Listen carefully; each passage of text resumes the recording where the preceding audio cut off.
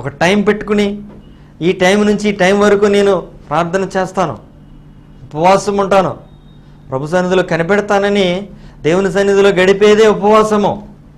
అంతే తప్ప ఈ రోజంతా నేనేమి తిన్నో, ఈ రోజంతా నేనేమి తాగను, నేను ఉపవాసం ఉంటున్నానని చెప్పి నీ పని చేసుకుంటూ, నీ ఆఫీస్కి వెళ్తూ, నీ ఉద్యోగం చేసుకుంటూ, నీ వ్యాపారం చేసుకుంటూ, ఇంట్లో పనులు చేసుకుంటూ, అటు ఇటు తిరుగుతూ, వాళ్ళతో వీళ్ళతో కౌరులు చెప్తూ, అది ఉపవాసం కాదు నా సహోదరి సహోదరుడా.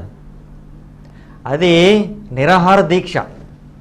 ఉపవాసం వేరు, నిరాహార దీక్ష వేరు. ఎలాంటి విత్తనాలు మనం ఎత్తుతున్నాం, మనల్ని మనం పరిశీలన చేసుకోవాలి.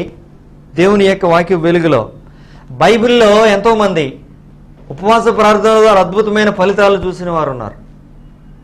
కొన్ని పరిస్థితులు, కొన్ని సమస్యలు సాధారణమైన ప్రార్థనలకు లొంగవు.